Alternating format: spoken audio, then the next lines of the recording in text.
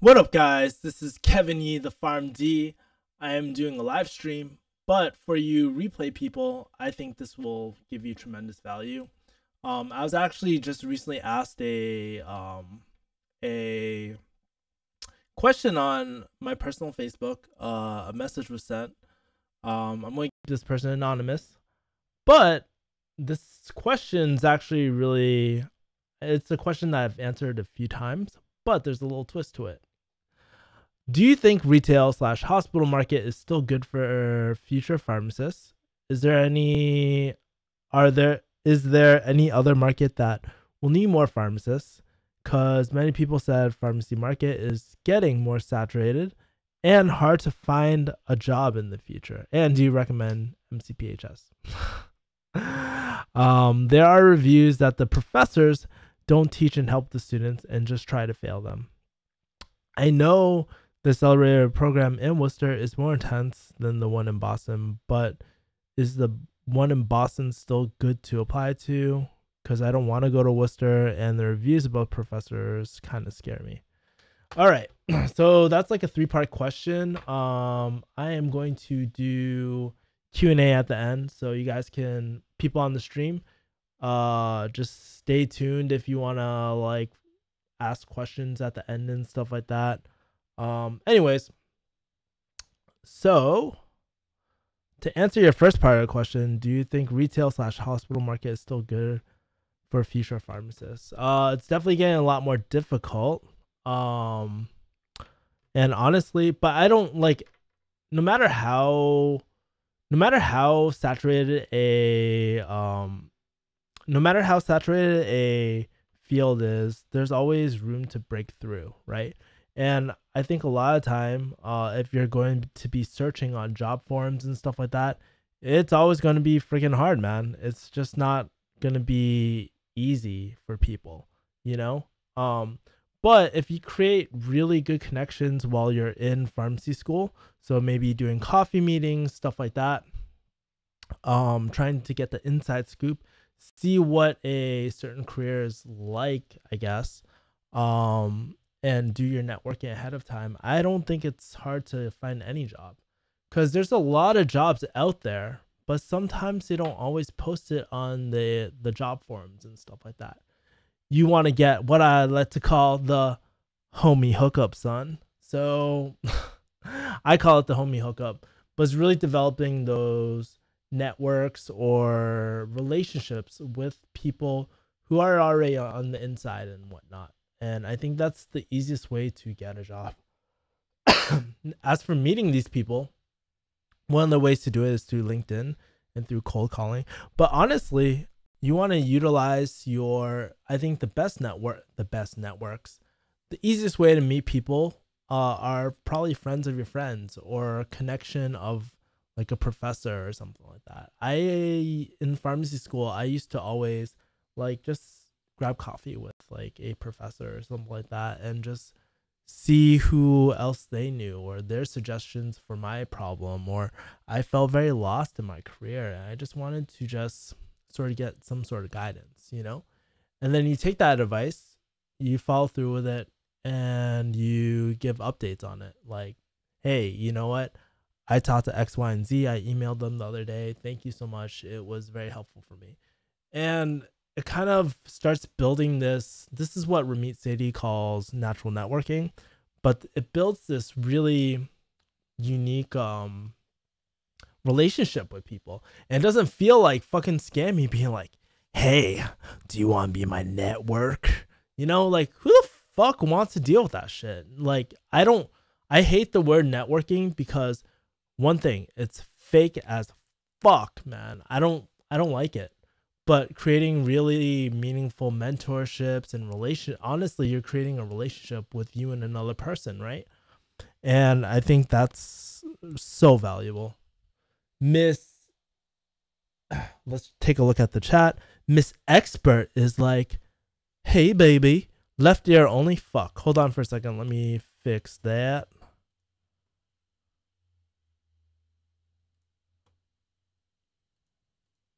Audio input. Hold on for a second. Sorry, I fucked up. Thanks for letting me know.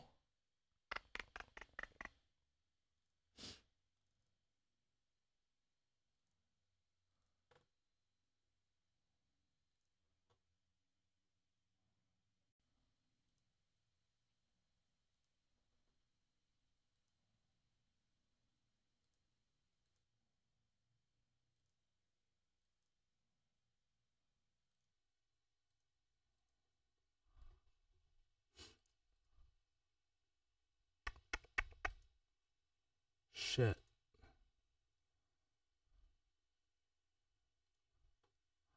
Let me mono. Let me restart my stream and I'll redo the questions over again. Shit, I fucked up.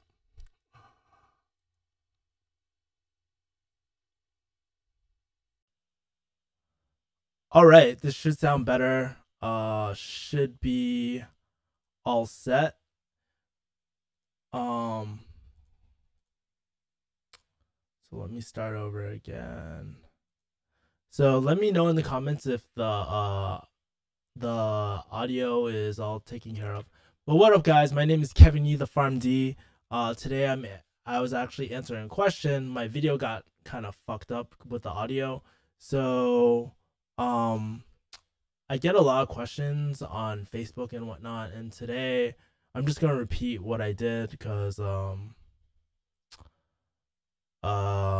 haven't spent that much time on the stream. But anyways, today I have a question from a viewer. Do you think retail / hospital market is still good for pharmacists? Is there any other market that will need more pharmacists? Because many people said pharmacy market is getting more saturated. Third question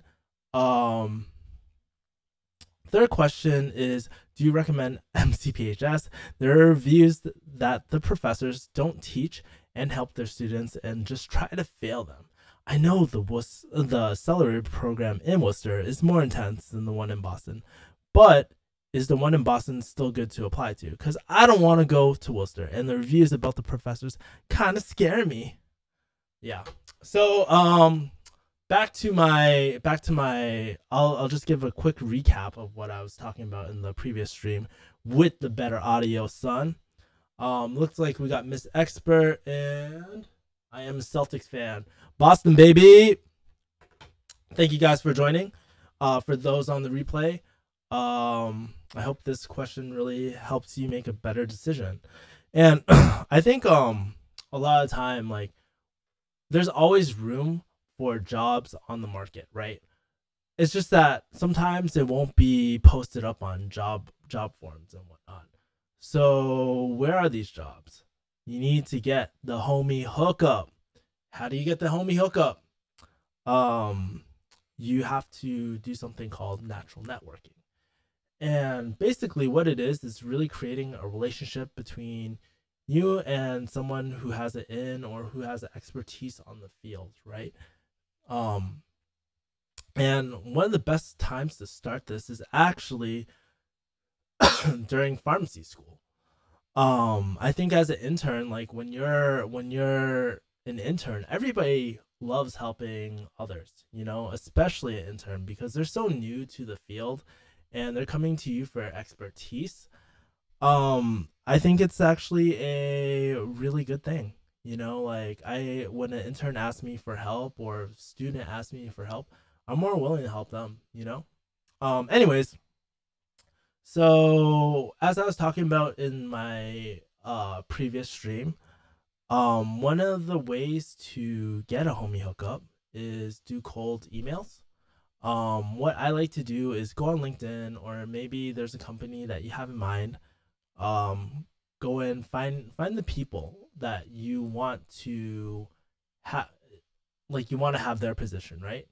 And find similar job positions, and you're doing two things, right? So you email them. I like to set up coffee meetings because that's really informal. In that environment, they're more likely to give you a more truthful answer about what it's actually like in the industry, right? Second thing, when you email, I always like to have something similar, like mention that, hey, you know what, I'm actually attending XYZ University. I saw that you're alumni there. Or I see that you're the current thought leader on X, Y, and Z. I wanted your insight on this. People that are similar are more likely to respond to you, right? Don't waste their time. Make sure that you're very quick and you cater to them. You pay for the coffee, all that sort of shit. Um, but yeah, so that's one of the ways to do it. Another way to get leads, other than LinkedIn and looking at job titles and stuff, is actually going through friends of friends, or maybe through a warm connection already. Maybe it's your professor. Maybe they have some sort of colleague in a certain industry that you want to go into, right? And I think that's an easy way. Like back in pharmacy school, for myself, I used to meet up with a lot of different professors, deans, and stuff like that, just to get like, because I didn't know where I wanted to be for my career and stuff like that, especially for pharmacy. I felt so lost, and I wanted more insight about the different career opportunities. So I would just sit down with like a professor that I would just like, be pretty friendly with. We did fairs together and stuff, and they would recommend me talking to X, Y, and Z person. And I would follow up with I would follow up too, like in a month or so. Like after I met up that person that they recommended, I just give them a quick update. Like, hey, I met up with this person over here. It was really helpful. It made me realize this and that. Thank you so much. And you start building a mentorship or a relationship with someone. And as I was saying earlier, I fucking hate the word networking because it's so fake, man. And for me, this has been a real big tool, not only like in my professional life, but in my personal life too. Sometimes you just want to get to know someone, and that's why I hate networking, because it's so manipulative, and sometimes like people are just using other people just for the connection or the inside scoop. So basically, just to recap, even if it's a saturated market, there's probably still jobs out there. There's probably some need out there, but it's just that it's not being posted, and you need an inside hookup to help you out.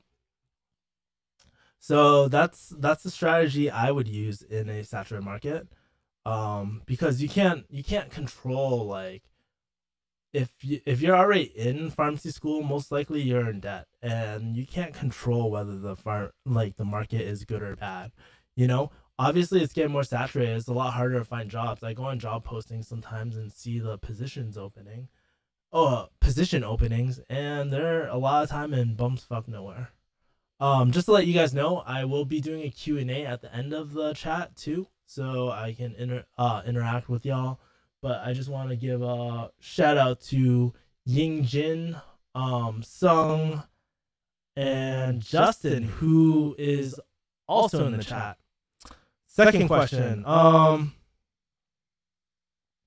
Is there any market that will need more pharmacists? I'm not quite sure. I'm actually probably not a good person to really talk to this about, because it's not every day where I look for job postings and stuff. I focus on what I'm really good at and investment opportunities as well. So perhaps maybe there is a huge opportunity somewhere, but within the next few weeks, I actually contacted a whole bunch of people, so you'll be getting a whole different insight beyond just myself, because I feel like for me, I can only speak on so much.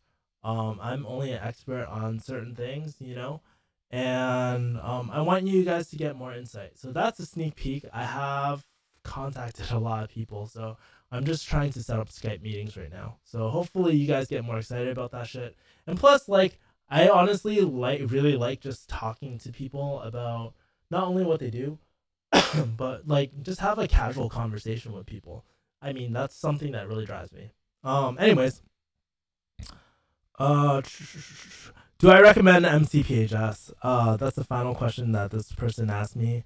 Here's the thing, right? You go to pharmacy school. Why are you going to pharmacy school? If your goal is to do retail or community pharmacy and get the hell out, dude, any school will do. But a real question is what do you want after graduation? A lot of people don't think about this. They don't look at job descriptions. I know I didn't. So that's why I'm speaking upon this, because I didn't even think about my future in pharmacy school. What I should have done, and I should have looked on LinkedIn and seen different sort of pharmacy opportunities, job descriptions, taught to people, like natural networking, like that process that I was just talking about, right? I should have done that more just to get like a better idea of what I wanted at the end of the finish line. It's kind of hard if you don't know the end goal, and if you don't know the end goal, then how would you ever know like the next steps to take, right? So maybe MCP is like, oh yeah, MCP is actually a really really known for burn and churn. So basically accepting a lot of students and burning them. But I think like if you're looking at pharmacy schools and stuff like that, it's really important to see what sort of programs or resources or maybe professors that really are doing cool shit that you want to do in the future. That's so important, and to build that mentorship. Even if you don't go to the same school, pharmacy is a very close-knit community. Like people will help you even though you're not in the same school. You see what I'm saying? So like sometimes like, you know, every pharmacy school is going to be difficult in its own way, right? And so I wouldn't stress so much about like the pharmacy program per se, you know? You just have to trust yourself that you're good enough to make it out alive, you know what I mean?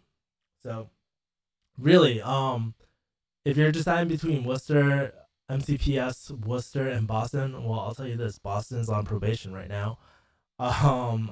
Personally for me, I just wanted to just finish as quickly as possible. So my goal at the time was to just choose Worcester. And I feel like when you're in a accelerator program, a lot of people already know what they want. So they're not fucking around and trying to figure out like, what am I doing with my life? You meet I've met a lot of motivated people in my program. Not to say that MCP Boston, it doesn't have any motivated people at all. Honestly, like there's probably a lot of motivated people, but like that's what I noticed. Because the crowd at MCP Boston is a little younger, I guess. You know.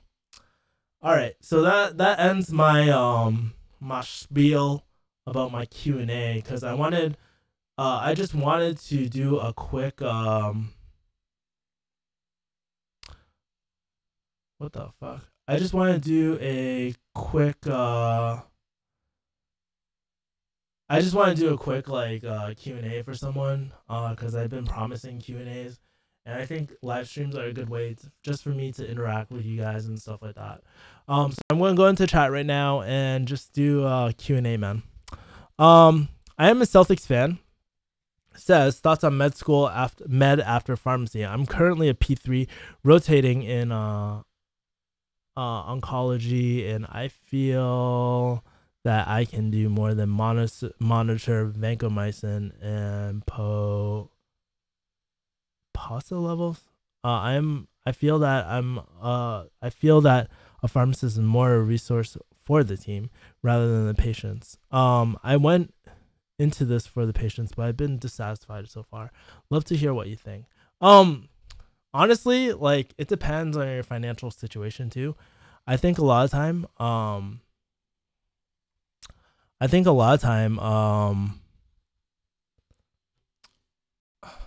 going to med school after pharmacy school, there's people that have done that, and props to them. Like it takes a long ass time, and I don't see much advantage of having an MD like after a PharmD and throwing so much money into the program, you know, because you're gonna have to start anew again. It's not like it adds on or anything like that. And so maybe perhaps consider doing a PA or something like that. But for me, I don't think it's worth going into med school unless you want some sort of high like position at like a hospital or something like that. It might help. And it adds that credibility factor too, having more shit after your name, but honestly, I wouldn't do it. But I would consider maybe doing a in California, maybe going for um advanced practitioner pharmacist, APP. So look into that, and you might be able to have more autonomy, in your practice. Sung is like, hey, um, Jin is asking, what do you think about long-term care pharmacists? Do they get paid as much as retail pharmacists? From what I hear, I don't know if this is actually true. Most retail pharmacists, retail pharmacy pays the most because that's where a lot of the money is at. But I don't really know because obviously I'm not a long-term care pharmacist. Justin says, hey, Kevin, long time, man. Been busy with classes. Oh, shit. Nice, Justin. Thank you for tuning into the stream, man. My regular. Philtastic is saying, do you not recommend pharmacy anymore? It's kind of hard to say. That's just like saying like everybody should be taking like Valtrex and shit. You know what I mean? Like it depends on each and every person's current situation and their personality trait. Like if you want to be like for me, like if you want to be an entrepreneur, hell no. Why would you ever go to pharmacy school unless you want to open up your own pharmacy? But even then, you could just hire another pharmacist, build out your pharmacy, and then sell it off and hoping you get acquired, right? So that's a very broad statement. I think some people are really great at pharmacy. Like they would really love like doing it really fits their personality. They love it, like to each their own. I don't think there's anything wrong with pharmacy at all, So it depends on your personality, and pharmacy is so broad too. It's really hard to just put a label like that, Master says, hello, Mother Kevin. I am a Celtics fan. Thanks for the advice. Patrick Morty says, do grades matter once you are in pharmacy school if you are not planning on doing a residency? Nope, does not. I never, ever, ever, ever been asked what my grades were in pharmacy school. I like for retail, like honestly, it's just like, are you licensed? That's the most important thing, because what there's so many soft skills in community pharmacy, like really being able to control a situation, to have empathy for a patient, and like there's a lot of soft skills required in pharmacy that sometimes like the knowledge base, it doesn't really matter. And most of the time, if you don't know something, like I don't know a lot, but I look things up, or I know where to look up certain things. If I don't know, I know the resources that I can rely on, So yeah. Richard Hua. Hi, Kevin. I'm in my second year of pharmacy school, 7 years total, and I'm already having trouble with orgo and having serious doubts about myself. I want to be a pharmacist, but I can see I'm not good at the field. Should I switch fields? I think the real question is if you really want to do pharmacy and organic chemistry is getting in the way, stop thinking about like being like, oh man, this is just a fork in the road. Like shit's gonna get harder in pharmacy school. I'm not saying that you shouldn't or should do pharmacy. That's a question to ask yourself. But I think reframing the question of you want to become a pharmacist, but in what ways can I pass orgo, or in what ways can I learn, like overcome this obstacle, right? So maybe what are you actually really struggling with? Like really sit yourself down and ask yourself, like, am I doing enough problem sets in organic chemistry? A lot of time we don't take enough swings, or we don't take enough reps, And so that might be a problem. And maybe we're not prioritizing appropriately. Maybe we're not prioritizing enough time to go into orgo. Or maybe, are you the type of person that doesn't really pay attention in class or focus in class? Sometimes that happens. I mean, for me, like sometimes it'd be really early in the morning, and I would just fall asleep. Which honestly is a huge thing because sometimes you stay up so late, and it's just this vicious cycle. Like you're trying to catch up, go to class, you fall asleep, and then you're even more behind, right? How about office hours, or get a tutor, or there's so many different ways to overcome the situation. I don't know your current situation, but reframe the question, how can I pass orgo? And take one step at a time rather than thinking like, oh, I can't do orgo. Fuck it. I can't do pharmacy. That's not true. A lot of people have been in your shoes at one point, and I'm pretty sure you can figure it out. So yeah, that's a little tough love right there.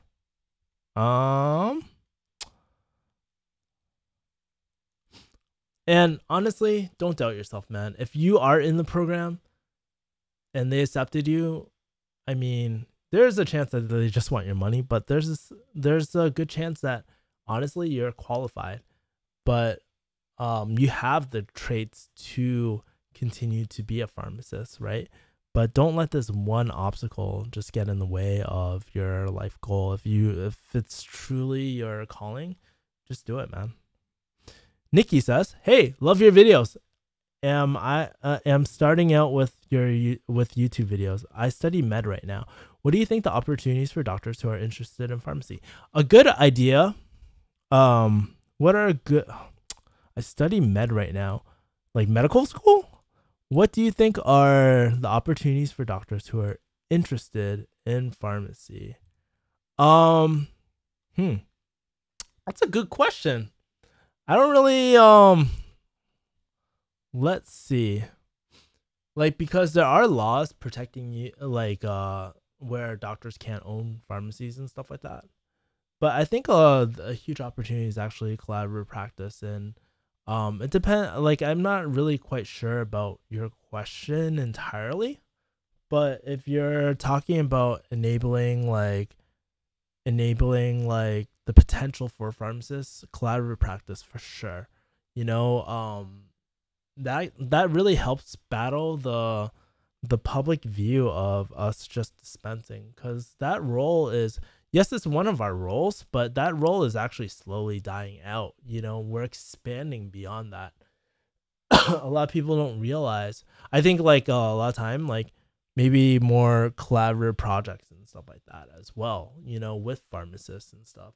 Really, because one thing that the medical community has over, like, it does better than pharmacists is actually having that authority, that credibility of trust and stuff like that. So the more that we can work together, probably the better that it would promote pharmacy and whatnot. But that's an interesting question, and I just totally bullshitted that question.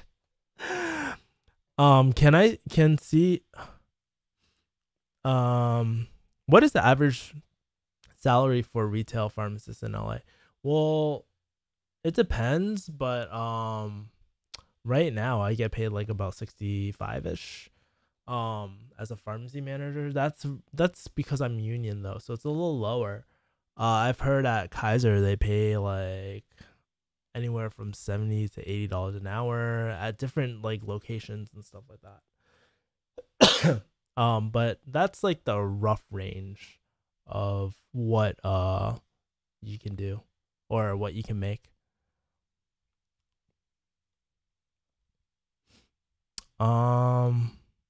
Just a quick question, Nikki. Just a quick question, Nikki. I have like, what makes you really interested in pharmacy? When you say you're interested in pharmacy, what are you exactly drawn or intrigued about? I think by the way, Nikki, one good resource, a person who does collaborate a lot is actually ZDogMD. I'll type it in. ZDogMD. He does a lot of cool stuff with pharmacy, and actually my friend Brian actually introduced me to him, you know.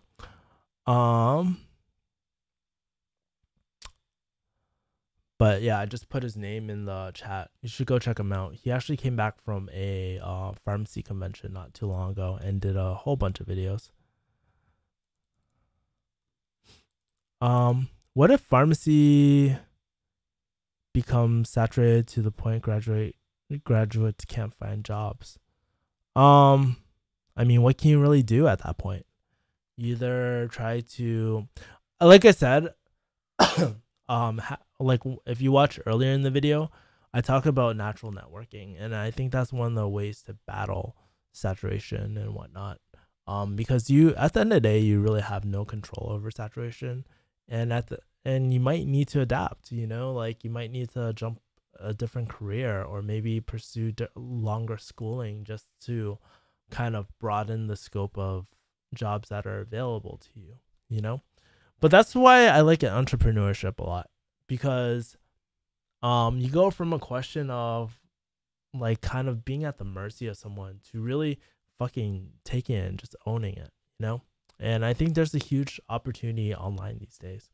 Like, and cryptocurrency and all that. Like there's so many opportunities in like this new age, you know, and so many of us are just stuck thinking very traditionally, like in the 9 to 5. There's so much opportunity out there. Message retracted. All right, it's 30 minutes right now. I hope this stream actually did pretty well. So just to kind of wrap up, I guess, if you guys got any final questions, just leave it in the chat. But I actually recorded about 6 videos today before I did this live stream. So I spent all morning trying to record. I did a collaboration with my friend Jessica from Find Your Script. I'm actually doing my vlogs in Hawaii right now as well, just for the fans, just for fun, man, and just to show you my life. I also write weekly on Refugee Hustle right now, so I will be releasing a new article later this weekend, and I send out a kind of like a Tim Ferriss 5 Bullet Friday of cool shit that happened this week and whatnot. It's very informal, and everything from the books I read to insights that I had this week. Just a lot of cool stuff, man. So if you haven't already, subscribe to my visit Refugee Hustle, subscribe to my newsletter, and doing that shameless plugs right now. But you know, like chances are, if you like my YouTube channel, you'll probably like my articles too. Nikki says, we just started pharma. It's super interesting. Also, I don't see myself practicing as a doctor in the hospital. I want to go entrepreneurship direction, and pharmacy seems like a cool option. That's cool. I heard that all pharmacy student will require residencies in the future. Is that true? Perhaps, you know, perhaps like I heard the same thing when I was in school too, that that like in the future every pharmacy program will require residency. So I don't know if that's true or not, but that's definitely plausible, man. It might be in the future where every single person has to do residency, you know, and it just ups the bar each time, you know. So yeah, that could definitely be possible. Anyways, guys, for the people that are watching this on the replay stream, let me know your thoughts about anything I talked about, or if you guys got any questions, leave it below. I might do another live stream or a Q&A type of thing.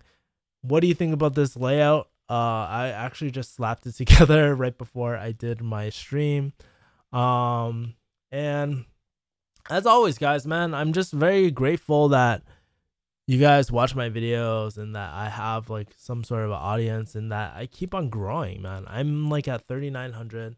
Definitely not going to hit that 10K by the end of the year, but you know, you never know. Never lose hope. And I'm just very grateful for what I have. Sometimes like in life, we take things for granted. Like I took my health for granted when I caught influenza. Um and I don't want to take you guys for granted, you know? So I'm very actually blessed that you guys, it is like what? It's like 3:09 p.m. in California, and that I have 13 people watching me who, you know, are loyal, and I see the same names over again. I'm very grateful, man. What if you suddenly pop off? Pharmacy is limited, but your channel is great. Yeah, maybe. Who knows? But I think like there's a certain level too. Like there's a certain cap with pharmacy as well. You bring up a good point, Richard. Like there's a certain cap with pharmacy, and I don't know how big that demographic is. Maybe it's bigger. I know a lot of the newer pharmacists, they subscribe to my channel because the newer generation's more YouTube savvy. I'm not trying to capture that older generation of pharmacists at all because they're just not on YouTube. They don't care about YouTube, you know? But you know, I just look at it as a journey, you know? Like let me tell you some of my ideas. So before I go, I'm gonna drop some ideas of different playlists or different kind of mini videos I want to do, and maybe I'll do a paid course on them later, depending how they perform. But recently, I was thinking about investing after graduation, like a series of is pharmacy for me, applying to pharmacy school, and landing your first dream job. You know. So I don't know, like if any of those ideas like are like, oh yes, I really want it, you know, just let me know in the comments. So but I'm still brainstorming right now. I'm always thinking about different ways where I can add more value to you guys. Because what I realized too, YouTube is a horrible platform to make money off AdSense, especially these days. None of my videos are actually monetized these days. Maybe some, but like every single video I have, it gets flagged. So I don't give a fuck about the AdSense anymore. This is really for me to connect with people, to grow my audience, you know, and I just like it. I just really like this connection where I can just share my ideas and people actually like me for it. It's so rare that I was watching Simple Pickup 2 yesterday, and Kong was like, it's so we're all fucked up. He was telling me us about his like LSD like trip, and he was talking about we're all so fucked up, and it's so rare to find people who actually accept us for our fucked upness, our fuck ups, and the way we are. So yeah. Um, keep up with the good work. Nikki says hashtag loyalty. That was really bad. Am I working as a pharmacist right now? Yes. Also, Nikki, there aren't many who go through that path. As someone who's in pharmacy right now, there isn't that much that we know a physician wouldn't know. At least that's the feeling I get. I think there's a lot of opportunity though to kind of grow the profession of pharmacy. As I was saying earlier in one of my videos, unreleased yet, but there is a shortage of healthcare providers, and pharmacists are honestly freaking underutilized like crazy. They're underutilized like crazy. So there's a huge opportunity there. And I think physicians and all that, we need to work it better as a team, you know? Healthcare 3.0, baby. Okay, I've done enough talking. 40 minutes elapsed. And have a great day. We'll probably stream on the weekend on Sunday at 9 p.m. as usual. But take care, guys. Have a great weekend. See ya.